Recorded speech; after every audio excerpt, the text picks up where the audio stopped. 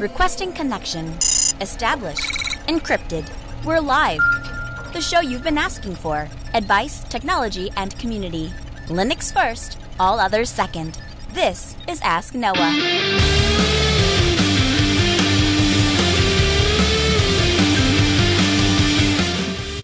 Live from Southeast Linux Fest, the Ask Noah show starts right now. This is the show where we came to do all the things on Linux they said couldn't be done and get your questions on how to do the same. The phone lines are open this hour to be a part of the program. It is a free call, 1-855-450-NOAH. That's 1-855-450-6624, or send an email to live@asknoahshow.com. My name is Noah Chalaya. I am your host. Delighted to be here with you as another episode of the Ask Noah kicks off this hour. Joining me, my co-host, Mr. Steve Ovens. Welcome in, sir. Noah, it's been too long since we've been together, my friend. And well, we've been together all weekend. Well, you know what I'm saying. Since the last time they knew that we've been together. I see. That's true. You know why? Because the Wi-Fi at your house still isn't working. That's why. Yeah, that's another story. So I want to start by asking you this. Why is it, out of all the conferences you could go to, you choose to come to Southeast Linux Fest? And that's a particular note for you because conference budgets are kind of drying up. So it's getting to be slim pickings, right? And yet this is something that you choose to prioritize. And I know because of the nature of our relationship, you extend yourself to do some of these things and be really involved. Why is that? Well, I suppose this one in particular is a big part of the network effect. So you and one of our producers show up here, and that's usually the only time I see him. And we've got a couple friends, one from Ohio, one from West Virginia, and they come down here. And so a big part of it is the network effects. I really like going to the Texas Linux Fest. I've been there a couple of times, not since COVID, but I don't really know anybody down there. And normally that's not that big of a deal, but if it's you get to pick one thing, and this place has a half a dozen of your friends you get to see once a year, and that place doesn't, it's pretty easy math. Yeah, I can see that. 855-450-NOAH, 1-855-450-6624, the email, live@asknoahshow.com. Joining us via our guest mic, it is Sleuth. Welcome in. Good evening. We have to get the volume going for Sleuth. How about now? How about this? Does that sound better? That's maybe a little better. Maybe not so much. Oh, you know what? I wonder if... I think I'm just muted. No, I don't think so. I think I'm going to have to do just a little bit of quick troubleshooting here and get the little genies, push the buttons. There we go. How about now? Good evening. There we go. All right. Tell me a little bit about what brings you here. You got into a car and you drove a few hours to make that happen. Yeah, I got in the car and drove. I'm a little hot over here. Yeah, it's really the community. Oh, I think I'm gone completely. Is that better? You keep talking. I'll adjust. Put thumbs up or down. Okay. Yeah, it's really the community. The hallway track, as people like to call it.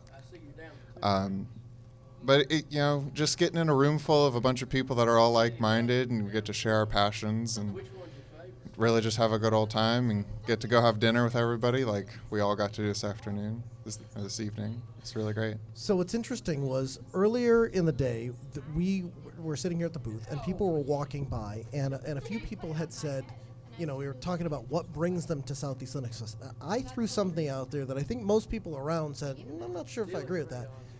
But what I threw out there was that people come to this fest because they want to learn how the stuff works, because they want to learn how to do the thing. And I didn't get a whole lot of resonance with that, but what people seem to immediately glob onto is they come for the people. And that's kind of what both of you just told me. I mean, as a presenter, I spend a lot of time preparing for giving the talks and then going and doing the talks. Like between the one you and I did and the ones that I did, it's like 4 or 5 hours worth of just talking alone, right? Yes. And so when you're concentrating on preparing for all of that, there isn't a whole lot of brain space left to absorb whatever good other stuff is out there, especially if you get out of one and the one you want to go to is immediately after the one you've just spent 2 hours talking. It makes it a little bit difficult. Yeah, there's not a lot of space. So let me ask you this. Given what happened on Thursday, Cloudflare goes down, part of Google goes down, the Alan Hicks is walking by. Does not go down. Does not go down. The Alan Hicks never goes down. given that major portions of the internet just cease to exist, I think we're on to something with this idea of self-hosting, with this idea of self-reliance. And you and I had talked on the show a couple of different times of the part when the power fails at our house, that doesn't really affect us a whole lot. We can weather that storm through different medium, right? You through your wonderful, weird DC battery experiments, and me through the solar and stuff like that. Yeah, largely we're trying to do our best to be as resilient and self-reliant as possible. And I guess, at least for this self, that was kind of our shared vision, right? Like the whole idea of controlling your own destiny. Yeah. The thing that resonated with, so you gave a talk on Kubernetes. Talk a little bit about the nature by which that talk occurred, because it wasn't the traditional, here's how to use Kubernetes. It really wasn't even, here's what Kubernetes are. Yeah. So when I try to share information, one of the first things that I do is kind of survey what's out there, because there's not a lot of value in just repeating something that's out there 100 different ways. And one of the things that I'm able to do is digest complex information and give it back in a way that is digestible for someone else. And so the value that I can bring is I can understand this information and give it back to you in a meaningful way. And part of that journey is like, what should I be telling you about?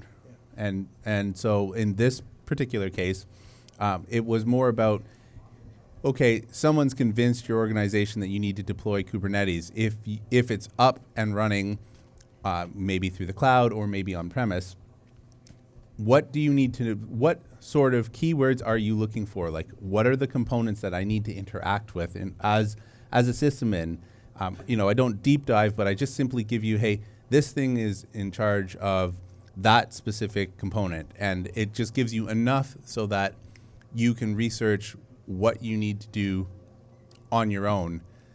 Because one of the hardest things to do is to try and figure out, I don't know where to start. I don't know what components are called or where to even look for the information to figure out what I should be doing. Did you think it was successful? The feedback that you got, would people seem to imply that it was successful? Well, you were there. What did you think? I liked it. I thought it was really good. I thought it was really good. The other thing I thought was really interesting was that I got to look, I'm comfortable with things when I understand them down to their most basic level, right? When you can really internalize how something works as opposed to just, I remember the steps to get there, right? Those are two entirely different things. And I think your talk really approached the former, didn't really address the latter. I kind of like that. Well, like I said, there's a lot of stuff out there about how to get there. There's not a lot of stuff that is just giving you the tools to be able to stand on your own. Yeah. Joining the program, it is the Alan Hicks. Welcome in, sir. Thank you, Mr. Snowa. I was just going to say, in relation to what you were talking about, a lot of documentation that you find online is essentially a how-to. It's you start with Ubuntu, you start with Red Hat, you run these 7 commands, and it works. And that's great if that's all you need to do and it actually works. It's when your starting point is not exactly identical to the documentarians. If that's not a word, I just coined it. Understandable English is good English. Yeah, or the documentation's just outdated or wrong. That's a frequent problem, and possessing a deep level understanding of the concepts is critical to being able to make things work in whatever particular circumstances you happen to find yourself in. So many people who call themselves techies or who are in this line of work are essentially glorified AI bots. They use Google, follow step by step. It works or it doesn't work, and either yay or they throw their hands up in the air, because very little documentation prepares you for the or arms you with the deep knowledge that you need to fully comprehend a concept. Now, I think it was Well, like every quote that's ever been made has been debunked right now. Nobody actually said anything they're said to have said. But I think Einstein once said that things should be made as simple as possible and no simpler. And there is a gift to breaking down complex topics into simple chunks that are easily digestible. And you can grab a chunk, digest it, grok it, learn it, grab the next chunk, digest it, grok it, learn it. And after you've accumulated so many of those, you can begin to combine them and get a more holistic view of the entire situation that you're dealing with. And then even if you're surprised by something, you're armed with the tools and the knowledge necessary to begin troubleshooting that properly. And you're not just Googling an error message and hoping and praying that A, you don't get two results that are in Chinese, and B, the answer you get is actually applicable, because 9 times out of 10, the answer you get is going to be a 4-year-old bug report to Red Hat for versions that don't apply to you on an operating system that doesn't apply to you. And in those situations, what are you supposed to do? Yeah. If you're not armed with the deep knowledge of that particular topic, you get kind of stuck. That's where I found myself in this week with Kubernetes at work. I'd never worked with Kubernetes before, so you start at that sort of that baseline position of, I'm ignorant, let me just follow the documentation. Mm-hmm. Documentation doesn't work. Let me look at some how-tos. Pause for a second. Why didn't the documentation work? I could understand if it was some esoteric products, but when it comes to Kubernetes. Well, Kubernetes itself, the documentation is, I don't want to be overly critical here. The documentation is very comprehensive.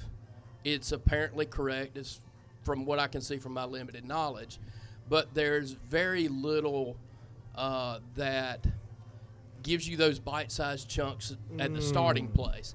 There's a lot of deep-level knowledge, but there's not a lot of it requires requisite intro. knowledge to understand the documentation. Correct. Yep. And that's, I would say that's a fault in the documentation. Not that the documentation is wrong, but that the documentation is incomplete. But more specifically, the particular software I was looking to run, we discussed this earlier, was AWX, and that documentation is just flat out wrong. Broken, incomplete, missing, ancient for, a version that was put together 5 or 6 years ago, and, no one's maintained that. So you get into those sort of situations where I'm stepping into this world, I'm getting my feet wet for the first time, and there isn't a great beginner intro. And even with AWX, I'm not certain there's great deep documentation. So when you get into those things, you kind of just have to struggle. That's definitely part of it. It's almost the well-tread idiom, the chicken and the egg. Like, how do I get the knowledge? I go to the documentation, but the documentation requires me to have some knowledge, and it is an on-ramp to sorting that stuff around. Yeah, that's one of the problems I struggled when I first wrote my Networking 101 or Networking Fundamentals for Sysads is right at the beginning I put in, you probably need to read through this 2 or 3 times because later concepts are going to call back to earlier concepts. Concepts that we discuss first are to some degree dependent on something that is discussed later. Mm-hmm. And there wasn't a way to it's not your ABCs. You can't start at A and go to Z. Mm-hmm. It's somewhat circular. It comes back around on itself. So it's one of those things where you kind of have to go around the circle a few times to actually begin to fully understand any one independent part. That is definitely a big part of a lot of open source documentation. Just in general, project documentation. The way out of that loop is to put in a lot of effort by the person who has a good understanding to give you an analogy to latch onto. And that's really difficult. It took me a long time to come up with one for Kubernetes, and I had to stretch it in places, right? So I went with analogy of how a restaurant works, and I tried to tie all of the pieces of Kubernetes to how a restaurant functions. And there are some parts where, like, I had some people who were taking notes and were actually following through, like, this is working. Wait a second, that part of the metaphor didn't exactly line up with how the rest of it fell, and it's really hard. And the key is, in all things, giving people something that they can latch onto and is useful to them. Like, they have a grounding in it, and then they're interested in it, and that is exceedingly hard. Yeah, that brings me back to another quote, and I don't know who said this, but you can look it up online. All models are wrong. Some models are useful. Yes, that is a good point. And it fully applies to metaphors. You're never going to find that perfect metaphor. I think I found one in my life, and I won't explain it now. But, everyone tries to make, car metaphors or analogies, and it never quite works. Sometimes it gets across something basic, but,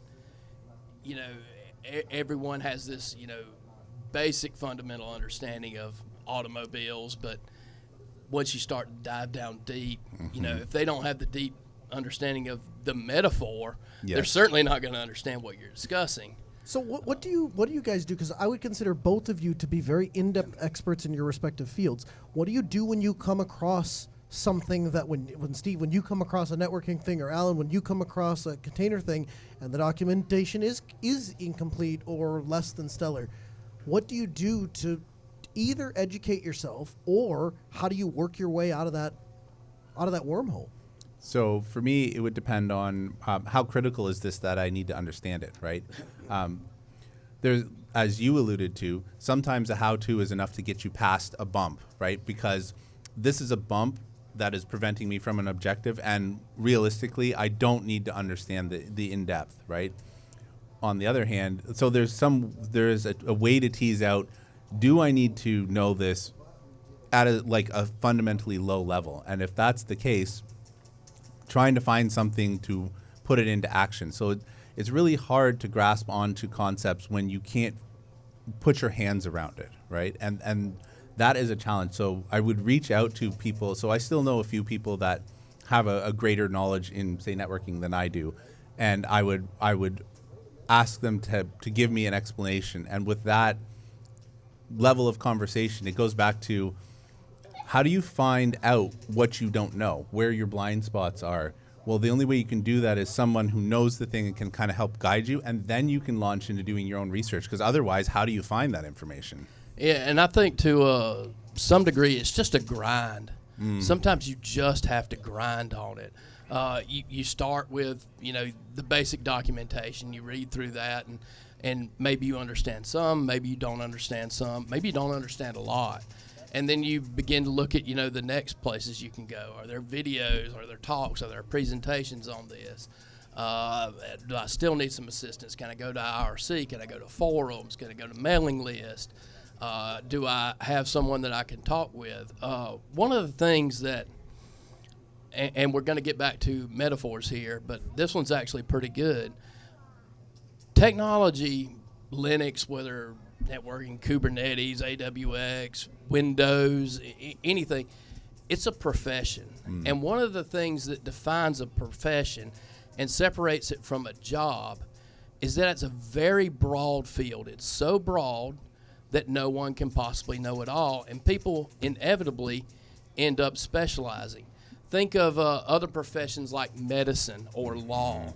You have your general practitioners. I was going to say general proctologist. It is Saturday night here. But, you have your general practitioner, but he refers you to a specialist, a cardiologist, a proctologist, an otolaryngologist, whatever it happens to be. That one's a new one on me. I don't know that Ear, one. nose, and throat. Oh, interesting. Law, you've got your local law firm, and they maybe do probate law, real estate law, wills, things like that. But if you need to sue someone, they can refer you to a different firm that specializes in your particular suit. If you need a criminal defense attorney, that's a specialization. And, you can talk to your lawyer and he'll say, I'm not going to represent you here. You wouldn't want me to represent you here, but I can send you over to the law firm of Dewey, Screwham, and Howe, and they'll take care of you. And technology is very much the same way. It's a very broad field. No one can possibly know it all. You have to find the areas that interest you or that are important to you or for your particular job and learn those as well as you can. And when you stretch beyond those, you've got to understand it's okay to reach out for assistance from other people who know more in that particular area, because there are areas that you're going to be quite skilled in that they're going to be quite ignorant in. Yeah. So I just wanted to circle back. So you were saying I go to the documentation and then I kind of branch out from there. I do not do that. I do not have the deep level of technical understanding to often understand the documentation straight up until I've got a broad survey of the topic. I bounce off the top. I just can't do it, right? And so, because you're kind of a dig all that you want. You don't want to navigate the pit. You want to be in the pit, and then you want to swim around the pit and learn the pit and how deep does the pit go and how far over can I go. And well, part of it is conceptual, right? Like, so we've talked at length about, you and I have talked about how in my department, I am like the lowest on the totem pole in terms of like technical ability. Yeah. I bring other skills to the table. And the way that I make up for that is like, I can't go to the document. Like, I work with a guy, he is amazingly brilliant. He will go to the documentation, then he'll troll the source code, and then he'll start like looking other places. I cannot do that. I do not, like, I bounce off the surface and can't do that. Yeah. So I start at who's giving talks, who can break this down for me in a way that I can understand, and then I go back to the documentation, because now I have a grounding in, or at least I think I have an understanding, and the documentation, then I have a grounding and like, oh, that understanding was wrong or it's right, and continue down that path. So hats off to you. I can't do what you do. Well, let me clarify, because when I say go to the documentation, I don't always mean go straight to the man page, go straight to the in-depth documentation, go straight to the O'Reilly book. You dip your toe in. You look at the basic install instructions. You look at, what are people using this for, and you look at those how-tos, and you begin fiddling around with those. And maybe it works, and that's great, because now it gives you a working environment that you can play around in and test a few things out in. You can break in certain ways and figure out, I made this change. These are some of the error messages I would expect to see. Or when I see this, it's because there's something wrong in this area, and I can begin to look there. And, you sort of dig down deeper and deeper. I don't think anyone takes on a topic like, let's say, Kubernetes, and drills a shaft 600 feet down into the earth and then works their way back up. They excavate a big ground circle, a foot down, and then they go down, another 5 feet, and then they go down another 10 feet. Concentric circles. Yeah. Deeper and deeper. But you kind of have to first get that broad general idea, because if you were to drill straight down, you've got such myopic knowledge that you can't apply it broadly. You can do that one very, very specific thing very well, which is okay if that's the only thing you ever need to do. But in the world of tech, it's never that way. Yeah, it ain't so. Yeah. Everyone needs it applied in a specific fashion. Your business is going to be different than my business, and is going to have slightly different needs. Some startup is going to have somewhat different needs. A nonprofit organization or something, or a hobbyist is going to have, a different goal in mind, and that goal is going to some extent, specify the path you take. JJ4884 in the chat room says, "Is this the gentleman that charmed a bachelorette party? I need to hear this story." I can neither confirm nor deny. What story might go along with the thing that you couldn't confirm or deny? Bear in mind, we are on the radio, sir. That's one I promised to take to my grave.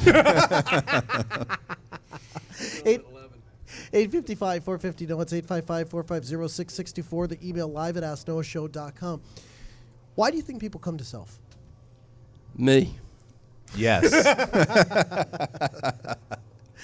No, I mean, everyone, especially if you're someone like me, I live in a rural area. There's no other Linux people around. I think Jeff, he's in Macon or Warner Robins. He would be probably the closest one. He's here. But, you know, I don't work with people that are in this thing. I work from home. And this is an opportunity for me in particular to get to hang out with other geeks who grok the things I talk about, who value the work I do. You know, if someone asks you, what sort of work do you do? Oh, he works with computers. Exactly. You know, it's not like that. I work with databases. I work with web servers. I work with domain name systems. I work with mail systems. You know, I cannot fix your computer. You want to take that to the retail guy in the city who can sit there and get the viruses off your computer. I don't do that stuff. I haven't done that in 20 years. Yeah. You know, I'd be starting over from scratch, you know. I tell people it's like, I can read things just like you can. I just have a slightly better attunement to what I am reading, right? I'd still be reading exactly what you're reading. I just have a better chance of understanding it on the first shot. Maybe. Not me with Windows, just a general statement. I want to dig into that for a second. So there was a conversation that came up in which we were talking about work environment and work, and all of us, whether we want to or not, we bump into proprietary systems. Regardless of what we would use on our own computers, if you're doing a job, you're going to bump into it, right? And so the answer in the real practical world is not, I don't touch that, I only work on Linux, I'm sorry. It's just that you can't do it that way, right? And so we all have to kind of decide where that line is. You made a comment that you have a piece of software that RDP, or I guess you didn't specify, but that connects in remotely to another thing, and that becomes your window into the world. And you said, point blank, if I had to take a job that required me to run Windows, I just wouldn't take that job. Yeah, I'm out. No, I don't. So when we were doing a team building exercise at work, and we did 2 truths and a lie, and the idea is like, you write down 2 things that are true and 1 thing that's a lie, and people have to pick out the lie. And one of the things that I put down is I haven't used Windows since Windows 7 came out. And everybody flagged that as the lie. And I was like, well, it's true, because I don't consider using Windows, launching the VDI, double-clicking on the PuTTY session, and going in. Like, that you could have literally just put a button that said PuTTY that pops up a window. I'm not actually using Windows. I'm using PuTTY. Under duress, by the way. But so everybody makes a choice in the tools that they use. Like, it's not so strange for a construction person to be like, these are the tools that I use. And everybody's like, yeah, that makes sense. You're a professional. Of course you're going to use the tools. And when someone like us says, this is the tool I want to use, people kind of look at you cockeyed like, wait, you don't want to use the thing that I use at home? No, I don't want to use your thing. I want to use my thing. To take this in a slightly different direction, you know, you're always going to run into some proprietary software, whether it be your HR system or the company's financial, payroll systems or monitoring or backup, or, you know, it can be anything, right? One of the things that I've found helpful, and which sort of inspired me to begin looking at networking, is IPv4 is IPv4 everywhere. You know, there are certain fundamentals that apply almost regardless of what sort of situation you're in. You know, a three-way handshake in TCP is a three-way handshake on Windows, Mac, Linux, AIX, your embedded BSD device. You know, Wait, those exist? there are some. You know, I'm pretty sure Honeywell makes some stuff, you know. But I've found that learning very fundamental topics, whether that be networking or SQL or what have you, broadly apply. You know, if you learn structured query language, you can take that into MySQL, MariaDB, Postgres, Oracle, MS SQL, maybe IBM DB2. I've never touched that, so don't swear me to that. But, you learn structured query language. You can take that to any database that runs structured query language. You learn TCP/IP. You can take that to any network operating system, whether it's Cisco or Linux or Windows or Juniper or anything, really. It's kind of like I build the road and I don't care what kind of car drives on it. Precisely.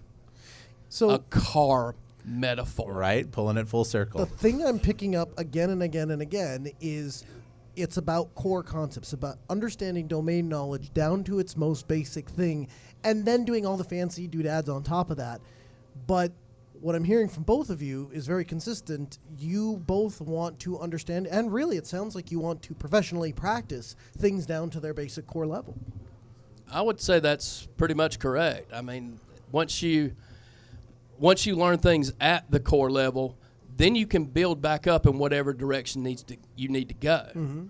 And that grounding, to some extent, we all start at this high-level topic of we turn the computer on and there's a desktop.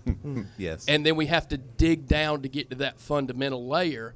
And then once you're at that fundamental layer, you can build back up in any direction that suits you or that suits your employer or, whatever task is particularly at hand. And that is an invaluable resource. And that's why I encourage people to learn fundamentals, whether that be networking fundamentals or encryption fundamentals or containerization fundamentals. Containerization fundamentals are going to apply whether you're talking Kubernetes or Docker or Podman. Yep. And that's an area that I just don't know.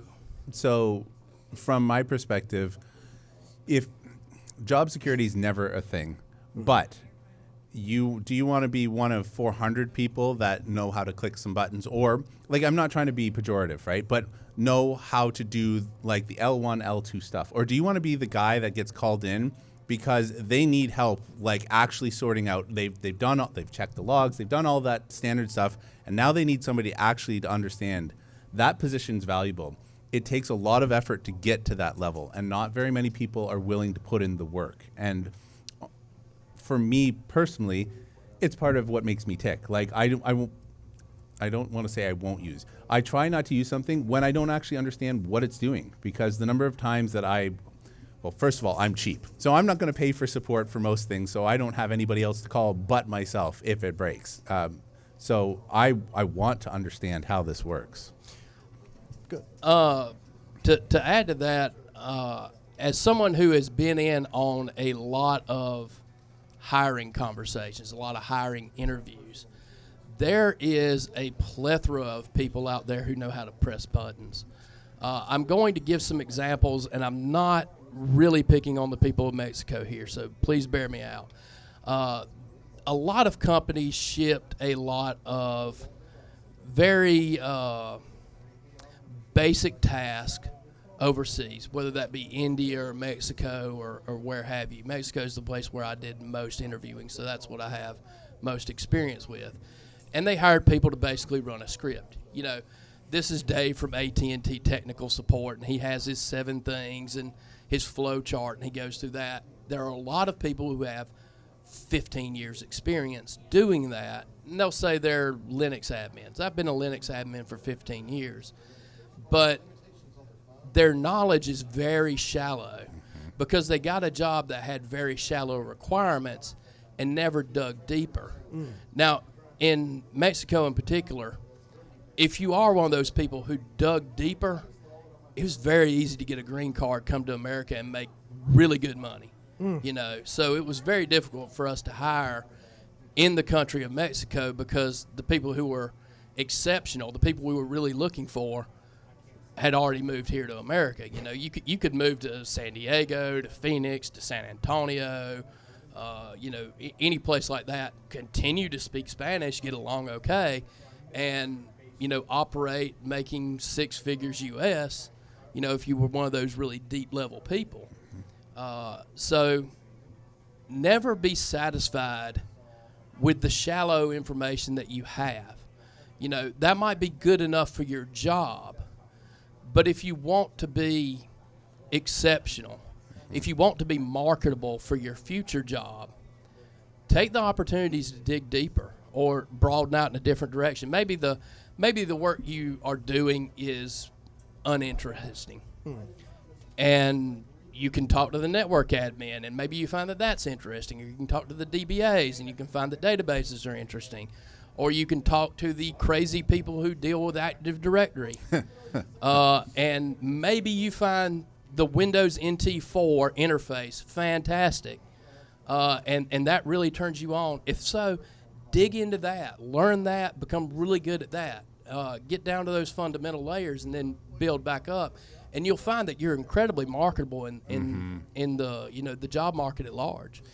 Rich00 says, throwing out random Linux questions, does anybody know of a way to limit disk I/O in Kubernetes? I'm wanting to add an application that absolutely hammers my Ceph client with I/O, and I'd like to throttle it, watching my write latencies run into the tens of seconds with everything just stops working. Ionix isn't terribly reliable for this on a single host, and it seems like Kate's doesn't have anything at all like this. It does not currently. So this is a request that comes in to Red Hat fairly frequently. I can't speak authoritatively, but I believe that there's a request for engineering on this front. So kind of... You've stumped the pros. Well, not stumped the pros. His research has been accurate, at least as my understanding is thus far.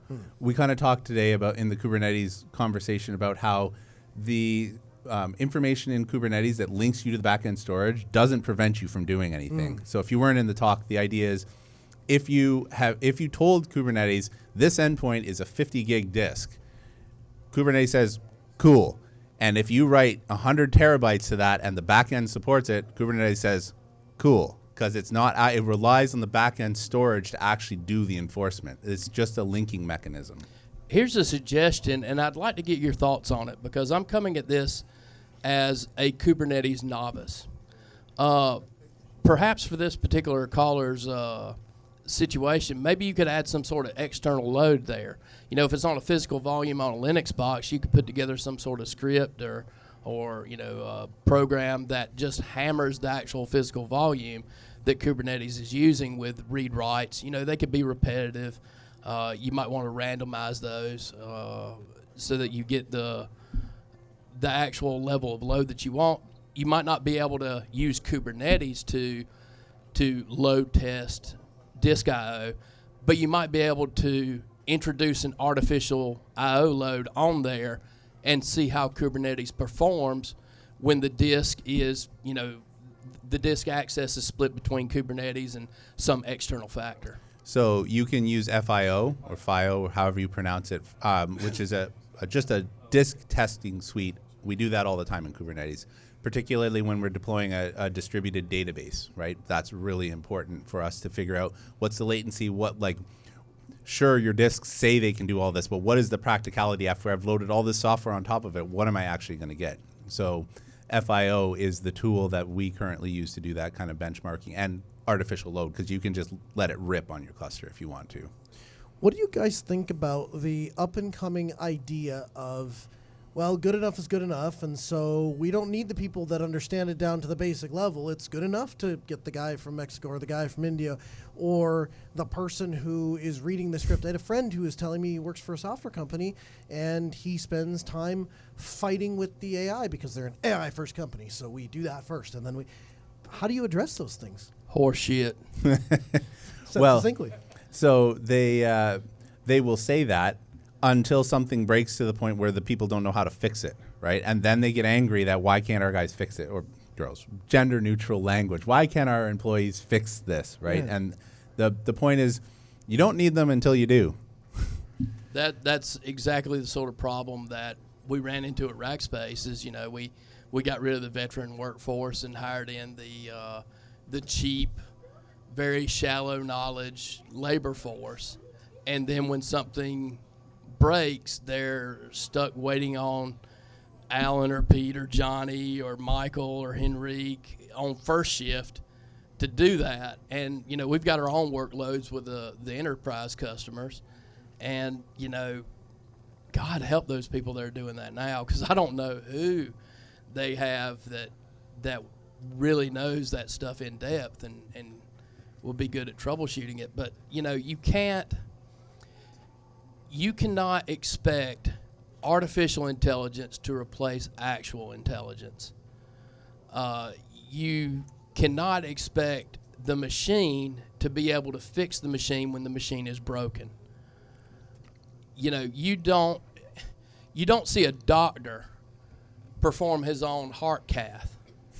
He goes to another doctor to perform his own heart cath. You reach out to that external source of intelligence to resolve the situation, because sooner or later you're going to get into that place where your personnel has very shallow knowledge.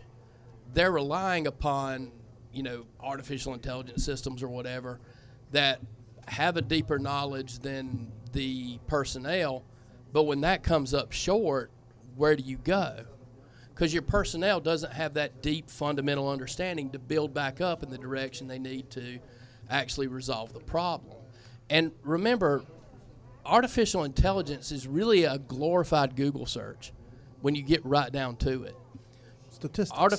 Artificial intelligence doesn't experiment.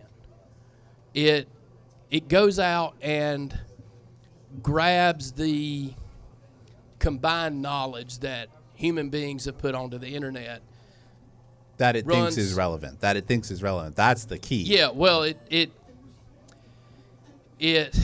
choreographs is not the right word that I'm looking. It collates all that information together and can say, with some high level of probability that, this bit of Python code was referenced a bajillion times. It's probably pretty solid. This piece over here was referenced 100 times, and there are phrases on that web page that indicate that it might not be, the most efficient way to do something, so I'll deprioritize that knowledge. But your artificial intelligence system isn't experimental. It isn't something that actually logs in and makes changes and sees what breaks or sees what gets fixed with that particular change. Sometimes sees what gets fixed and what else breaks. Sometimes you make a change and it improves one area and hurts something else. And you need people that have that deep foundational level of knowledge in order to be able to do that experimentation and figure out what's wrong. Because sooner or later, you're going to get into a problem where Google doesn't help, and AI is glorified Google. So to put a fine point on what you were saying, where artificial intelligence isn't actually intelligence, it's kind of a meme at this point, but when the AI last year was trying to sort around a problem where someone said, hey, the cheese keeps falling off my pizza, it diagnosed, okay, it's an adhesion problem. What do I normally do with adhesion problem? I get glue. Go ahead and put glue on the bottom side of the cheese and put it back on the pizza. That made logical sense. That's not intelligent, and the most basic child would figure out that's not the right thing to do, right? So it's... I don't know. I've known children who ate glue. Sure, I suppose, but I don't think they ate glue because they thought this stuff is sticky and I need my food to be more sticky. Do you think that we're going to struggle getting the younger generation into those deep technical areas? I look at, it was a joke, I think, but there was this talk given about vibe coding, right? The idea that I just give the idea and then the code comes back out. That to me is somewhat terrifying. It's more terrifying that there are companies and there are people that want to engage with that sort of thing. They're interested in it. They think that's not maybe a bad way to go. Is that concerning to either of you? That's been a concern to me, not just with the rise of AI. That's been a concern long term for me. Because, when I've been coming to self for 15 years now, and you meet people who've been in the business and for a long time, and they have that shallow knowledge. They didn't dig down deep, and they've been working in the industry for 10, 15, 20 years, and they're never going to go anywhere. And I worry, that's always been there, because if you went back to the very early days, they had a talk here about the roots of Linux with Multics and CTSS, and back in that day, you didn't have a choice. You had to really dig down deep and become expert on the system to get anything to work at all. And now it's become easier and easier as the years go by to get something up and working without a real deep understanding, which when I started with Linux right after 9/11, I started with there were 3 distributions you could choose from back in those days. Well, there were more, but you had you had Red Hat, you had Mandrake, if anybody out there remembers Mandrake. Yeah, I remember Mandrake. You had Debian, you had Slackware, and then you had a bunch of failed companies like Corel. Right? Those were your 4. SCO. Yeah, Caldera was still around. Yeah. I started with Slackware because it's when I looked up what Linux distribution should you use, people said Slackware's the one you should use if you really want to learn how this stuff works. That's why I got started there. And now, if you look, what's the number 1 most recommended Linux distribution in the world is Ubuntu. You put in now it's a flash drive, not even a CD. You put in a flash drive, you mash a button, you enter a password. Do you want to set up disk encryption? Yes, you enter a password for that. And, 15 minutes later, here's your full distribution. And you didn't really learn how any of that stuff worked. With Slackware, if you wanted to set up encryption, you started with a README file, You partitioned, you ran crypt setup, you set everything up from scratch. It was very much still like the BSD world is to some extent. And that hands-on learning is kind of invaluable in some ways. Do you think is there a middle ground in between that, or how does somebody get to that without running into frustrations? I think the reason that places like Canonical did those things is they're looking over at the Windows world, they're looking over at the Mac OS. My gosh, the Mac OS people, they hold down Command R and they wait and the operating system shows up. They didn't even have to enter the encryption password. Windows, same kind of deal, right? I just bought the computer off the shelf and it just came with it on there. Do you think there's a middle ground there? Well, that sort of scenario really appeals to the end user. Yeah. Let's say the typical normie end user. Yeah. It doesn't apply or isn't applicable to the geek who really wants to play with it. That's very applicable to the person who wants to boot and play video games, who wants to boot and view YouTube and Reddit and that sort of stuff. Check his email. That's great. To the person who really wants to dig down, that's not that great. And I think your middle ground is going to be distributions that perhaps do a little less hand-holding. Debian wouldn't be the worst alternative. Arch is a good alternative. Okay. I would specifically recommend Arch simply based on the extensive knowledge in their wikis. Yeah, the wiki is wonderful. Can't say enough good.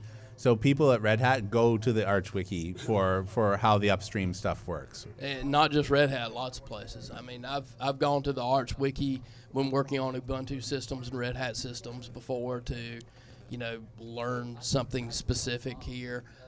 When trying to figure out how to get, something like suspended disk working on your laptop, the Arch wiki is probably going to have information on that particular subject where others won't. And it is conducive to people testing things out while still giving you a good, relatively easy entry. What would you guys say to somebody who's new on the scene? They come here and they say, hey, I'm interested in a Linux job, or I want to get myself into a place where I could get a Linux job. Where would you tell them to start? What do you like to do, right? So that's a key. You hit on that several times about finding the thing that really interests you and go deep on that. Like, we've had several people come up to us this weekend with similar queries, and that is my first question. Is like, well, okay, what do you want to do? I had one person say, well, I was told that I should get my foot into support. And I was like, do you want to do support? And I was like, no, not really. I want to do this other thing. And it's like, then hold out for that job, because what'll happen is you start in support, you could get some interesting experience maybe, but you're going to get pigeonholed into that, right? You're going to do support, and then what you're learning is moving up the support ladder, unless you're doing support on servers, which that is a different thing. But generally when people say, I've been offered a support job, it's not entry-level server administration. It's like fixing the desktop stuff, and that's not going to get you very far in technology.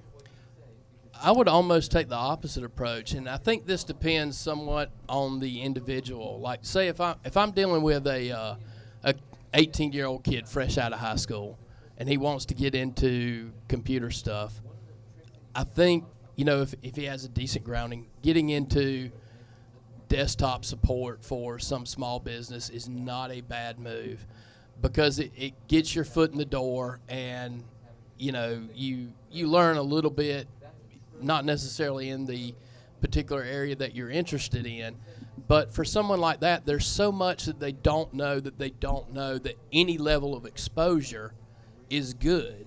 You know, if you're fresh-faced out of high school, you're not going to know about Cisco routing and switching. You're not going to know about database systems or any of that stuff, and going, you know, the typical desktop support route for a small business is not necessarily a bad way to go, if only to give you exposure, especially if you're working with like a medium business. Maybe they have their own network engineer, they have a couple programmers on staff. You know, you get the opportunity to work around those people and pick up things through osmosis and get an idea of which direction you would like to go. So I wouldn't discourage people from going that particular route. I think if you already have an idea of what really interests you, pursue that. But if your interest is quote unquote computers, there's so much that you don't know that getting a grounding in anything, especially something very basic that can give you exposure in other areas, is not a bad way to start. So I think I'd offer a counterpoint there. You make some really cogent points, and I don't disagree with all of them. However, how many of us at this table probably would not have continued in their job if we had to actually slog through 5 years of working desktop support? I wouldn't have. Yep. That's a good question. In fact, I almost quit over that. Right. And so I guess my point is, sure, when you're talking about surveying a topic because you don't know, I agree with you on that point. I think that is a fantastic point, especially in a small business where you might have the ability to expand your horizons because they need you to wear many hats. My counterpoint to that is I wanted to work with servers. I went and built my home lab, and I worked on, like, as pitiful as it was, I was able to go back in 2004 and be like, I have worked with CentOS. I've run it.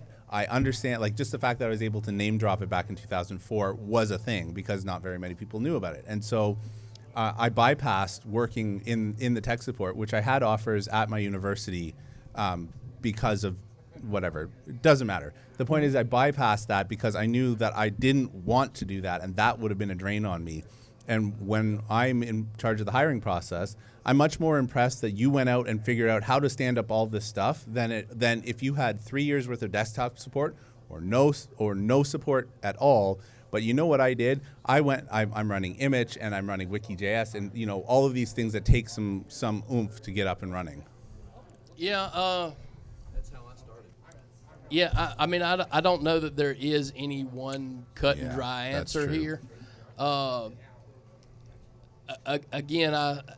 Again, you make some cogent points. Thank you for using that language. I got to copy it. And to some extent, it's just going to vary by the person. You know. Sure. Yeah, that's fair. I think the fresh-faced person that has no idea, then, you know, going desktop support is fine. The person who's taken, you know, a couple years worth of courses at a community college and you know, maybe has some groundwork idea, maybe reach out and you know, find someone who does work for small business. A lot of small businesses outsource that. You know, your law firm doesn't have their own on-staff IT team. You know, your doctor doesn't, your mechanic, well, he probably doesn't have much computer systems anyhow. Your local credit union, you know, if you're dealing with a small credit union that works for a single factory, they don't, you know, have their own IT people. They have someone they call. They outsource it to someone. Find those people and you know, ask if they have open entry positions. If not, ask to intern with them for a little bit. You know? Churches are a good entry point. Churches are a good entry point. The other thing I would say about support, the thing that where support can be valuable is it does give you exposure to a wide range of things. The other thing is once you learn what it's like to fight fires on the front line, you're better prepared to go handle behind the scenes because you know what's expected at the front lines. And you certainly don't have to go that route, and intelligent people would be able to ascertain for themselves, like, hey, that's what that's going to look like, and you can figure it out. But it can be a way to get a wide range of exposure to server problems and authentication problems and database problems and this, and you might not know how to solve them, but at least you understand what do they look like. Oh, that's interesting. When the database does that happens, and then that happens. Oh no, you know. And so I think there can be some value there. Chat room says, how does one start learning leadership skills in order to achieve a management role or to start something like a LUP or a LUG? I'm almost 30, but I struggle to lead or present with authority. You do it. That's it. You get reps. Right? Like, ultimately, especially, so leadership skills, there is some stuff that you can do in terms of trying to learn techniques and stuff like that. But if you're talking about how Self started with Jeremy, you know, I'm pretty sure he didn't have any like formal training or anything like that. He just started to do it and fumbled through and.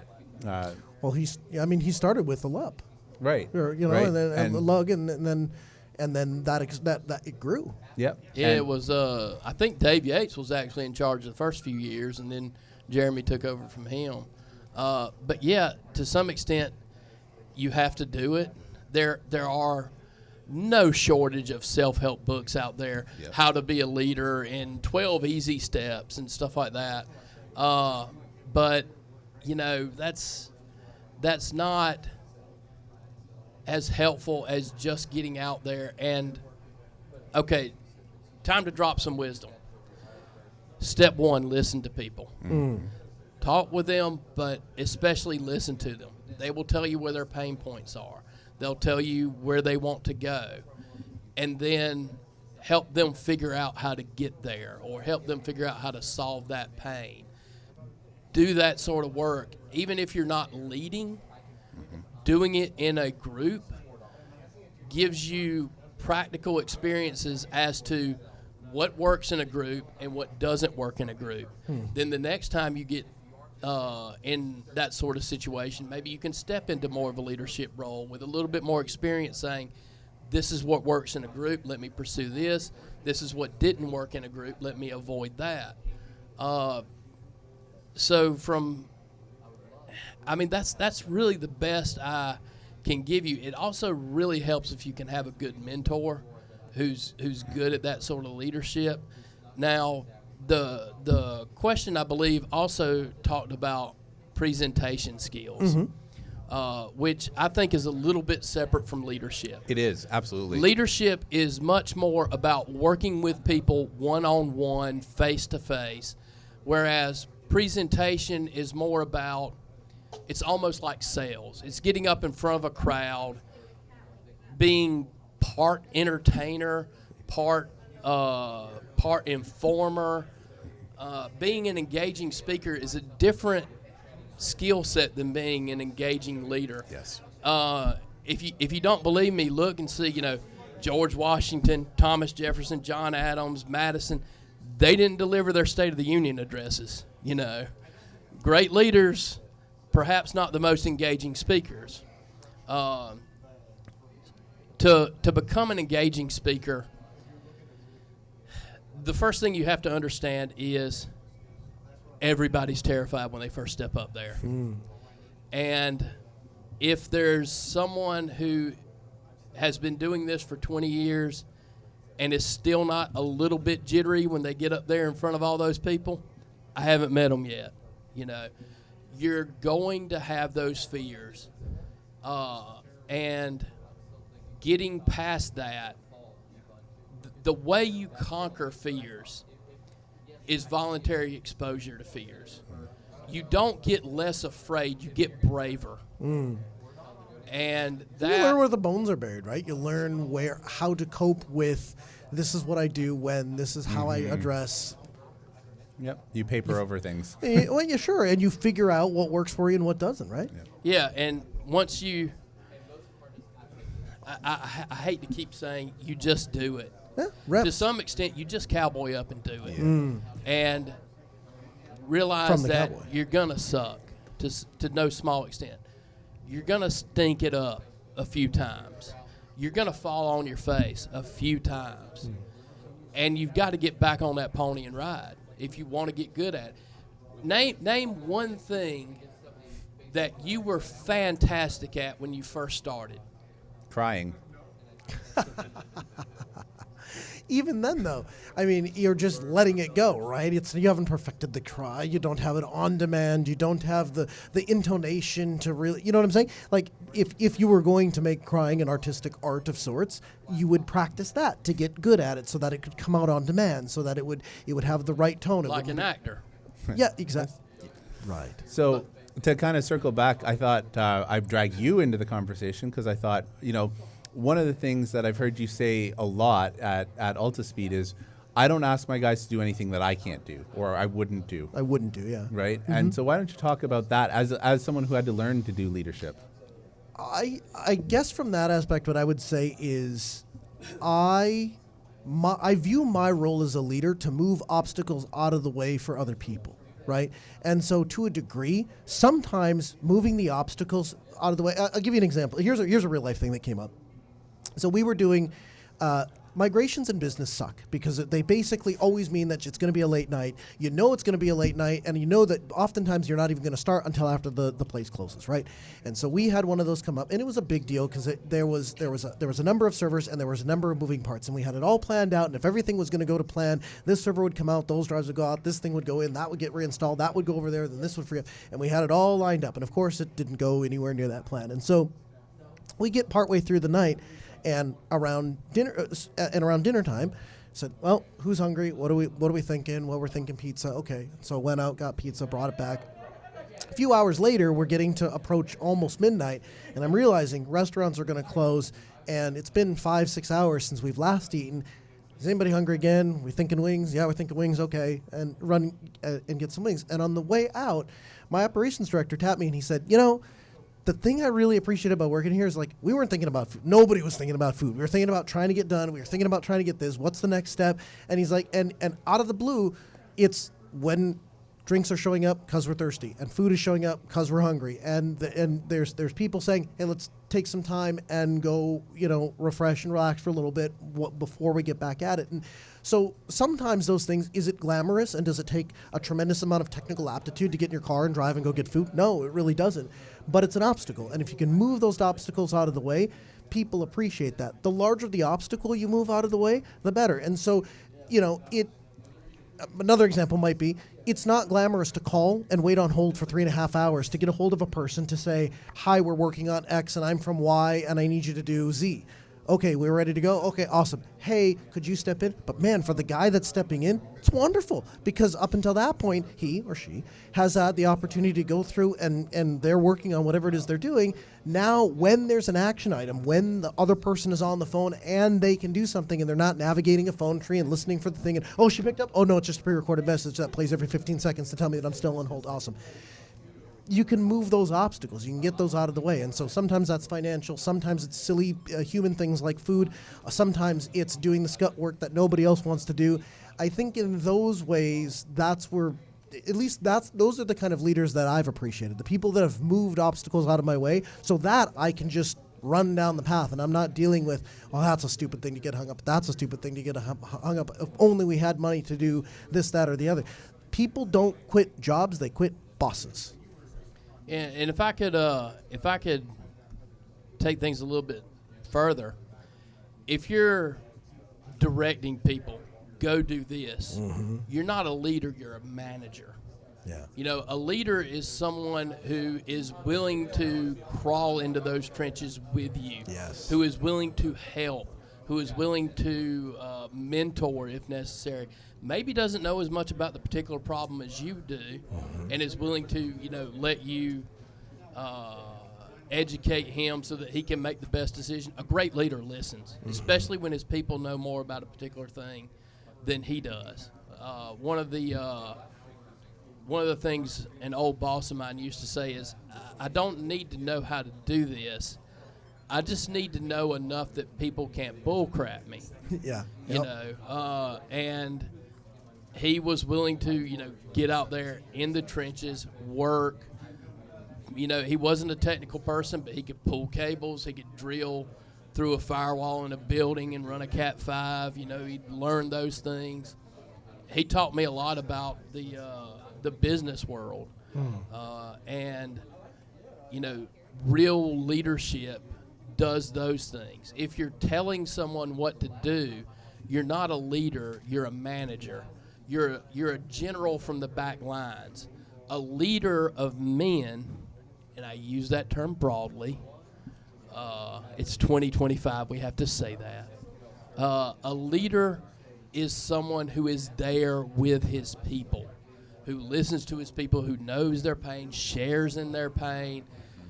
That's the sort of leader that people will bend over backwards for. Yep. That's the sort of leader that, you know, people would climb over the trenches in the First World War and charge through machine guns and barbed wire for. You know, they're not doing that because the general in the back said that. They're doing that because the lieutenant's going with them, you Absolutely. know. And that's one of the fundamental attributes of a leader. If you're not willing to do that, you're not a leader. You're just a manager. Well said. Alan Hicks, appreciate the time. The Alan Hicks. I appreciate the time as always, sir. We'll get you back in the program soon. Appreciate being here. 1-855-450-NOAH. It's 855-450-6624. The email, live at AskNoahShow.com. Joining us, it is Tiny, who is here from Victoria Metrics. Welcome in, sir. Who's not very tiny, I should say. Not very tiny. Yeah, that was kind of the joke, is I've been this tall since middle school. And so all my friends, it was like that old cartoon gag where it's like, yeah, Tiny, come get him. They're like, it's Tiny. And then you see him and he comes out and he's 8 feet tall. What brought you to Self? Not necessarily this year, because this year you're wearing the Victoria Metrics, very clear. But in the past, what was it that drew you to Self? Out of all the conferences you could go to, why this one? I blame you. And I have family in the area, but I also blame you. Okay. I accept So that. I've been listening to the show since the first episode. And so I've always wanted to go. And then when my brother moved down to Charlotte, it was like, oh, I have an excuse to take my whole family down here and spend vacation. And, oh, by the way, there's this conference I want to speak at. Yeah. And so this year I was able to get my employer to sponsor the conference and have an even better excuse to come down. Yeah. Talk to me about Victoria Metrics. If somebody hasn't heard of it and you're standing in an elevator with them, what's the 30-second elevator pitch? It's an open source observability solution, so it gives you an easy way to send all your telemetry to one shot or one place and then query it and view it. If you're in the cloud native ecosystem, Cooler Prometheus is an easier way to say that. So one of the things that I think is really interesting is the people that come to Self. There's a saying that Self gets people hired, because if you're coming here and you're a technologist, you learn about the technology, you can demonstrate your proficiency in technology, and then companies want to hire you. You were using Victoria Metrics long before a job at Victoria Metrics was ever a thing. Yeah, so I talked here in 2023 about my open source project called Shiftmon, because you should have good observability if you don't know how to use Kubernetes or have a fat checkbook to use some SaaS service. And so I found Victoria Metrics as a really cheap and easy way to get metrics stored. And then last year, they had a quarterly update stream like, hey, we're hiring. And I'm like, hey, I don't shut up about the product and I don't get paid. It'd be kind of nice if I could actually get paid to do it. What are you what are you doing for them? I'm a solutions engineer. Okay. So What is a solutions engineer? I'm still trying to figure that out. Make your own job. That's a good job. Yeah. So I help customers and community members get the most out of Victoria Metrics. I help our sales. I answer a lot of the technical questions during the sales process. So people will go, hey, I can hack together some of the enterprise features myself and not pay you money. Why wouldn't I just do that? And I could explain that, like, hey, it's more expensive if you jerry-rig this yourself than if you just pay us. And it's a lot less heartache, too, because you're not running multiple copies of the database to try to recreate those features. You said another way to say it is cooler Prometheus. I use Prometheus. I like it. It works. But there are some major downfalls, notwithstanding the idea that, there are people that fix problems in it. They come and say, hey, here's a delivery mechanism, for example, like I want to get it to a different messaging system. And then they say, no thanks. Does Victoria Metrics do that kind of thing, or do you take upstream contributions? Yes, we do take upstream contributions, and actually the way it got started was they wanted to build something around Prometheus, kind of like Thanos, where it used Prometheus, but it was a long-term storage solution. Mm-hmm. But then their contributions weren't being actively taken, and so they just wrote their own database from scratch. And it works better, in your opinion? It's much more performant and it's scalable. So there's a bunch of different scalable versions of Prometheus. So we make one, Grafana Labs makes one called Mimir. There's a CNCF project called Cortex, and there's another one that's graduated called Thanos. But the nice thing about Victoria Metrics is that it's the easiest one to deploy at scale. Have you used Victoria Metrics? No, I have been curious, particularly because I made a pull request that was rejected because they want to, Prometheus, not Victoria Metrics, Prometheus wants to be pulled from the kernel in a specific way. And what I was trying to achieve, the underlying tools was using sysIOCTL. So I couldn't pull it directly from the kernel.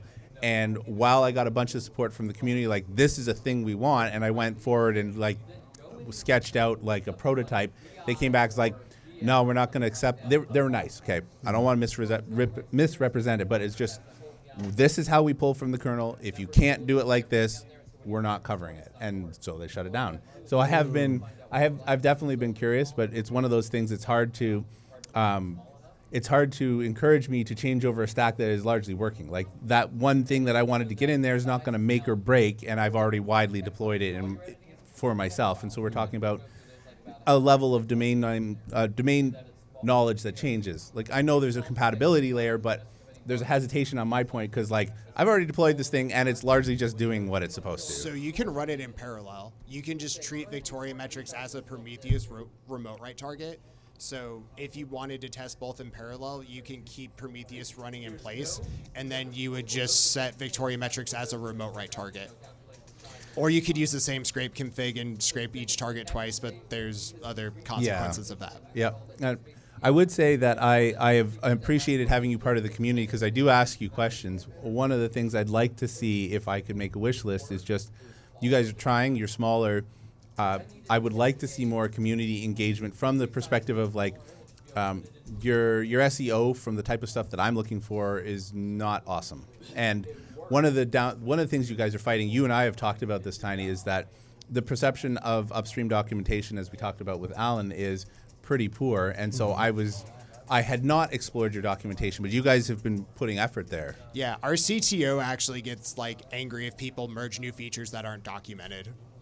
And even our docs, even though everything exists, it's tricky to find what you're looking for or how to cobble it together. And you were looking for, like, how do I monitor this application on Kubernetes, and, like, very specific. Yeah. And that is something we're starting to work on this year. So, like, I do a monthly tech talk with someone from marketing where we, like, instrument Proxmox is one of the series we did with our logging product. So what would be useful is, so I'll give us a plug and then say maybe this is a good thing.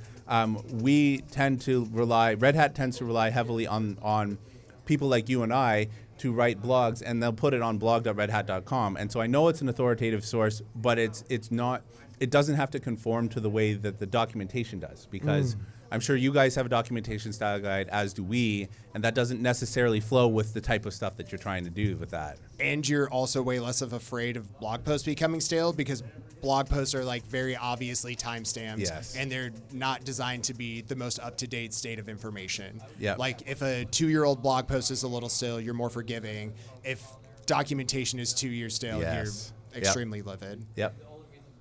If somebody wanted to get started with Victoria Metrics, what does that process look like? So I wouldn't be a solutions engineer if I didn't say that depends.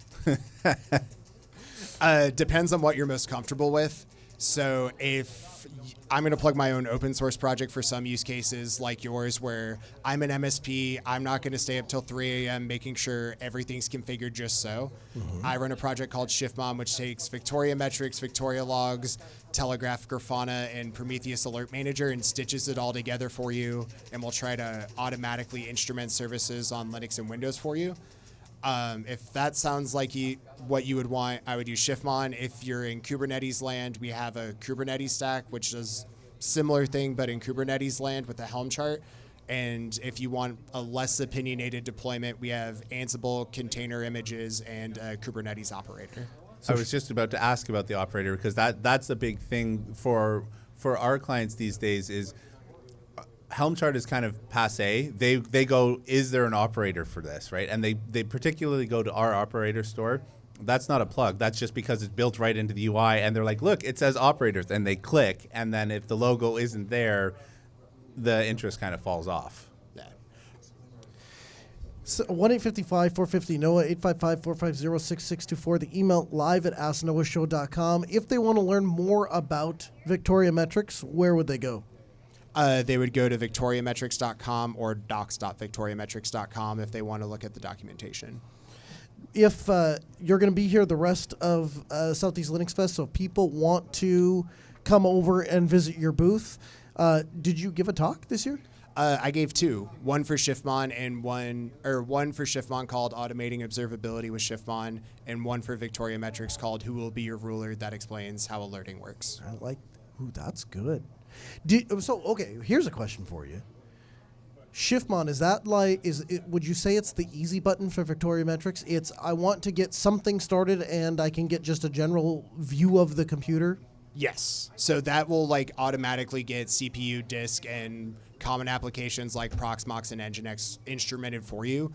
Whereas if you install Victoria Metrics or Prometheus or any other time series database, it's a place where you can fire metrics, but it's your responsibility to get the metrics there. Very good. Hey, I appreciate you joining us, Tiny. We'll catch up with you again next week. Yeah. All right, the music in my ears means we're out of time. I thank you for joining us. I also want to thank the crowd of people that have gathered here to come say hello to us. It's been pretty cool to have you here at Southeast Linux Fest and participating in a live recording of the show. We do this every Tuesday at 6 p.m. Central at AskNoahShow.com. So if you like what you see or hear and like what Steve and I were doing at our presentation, we get together and try and do that every Tuesday, 6 p.m. Central, AskNoahShow.com.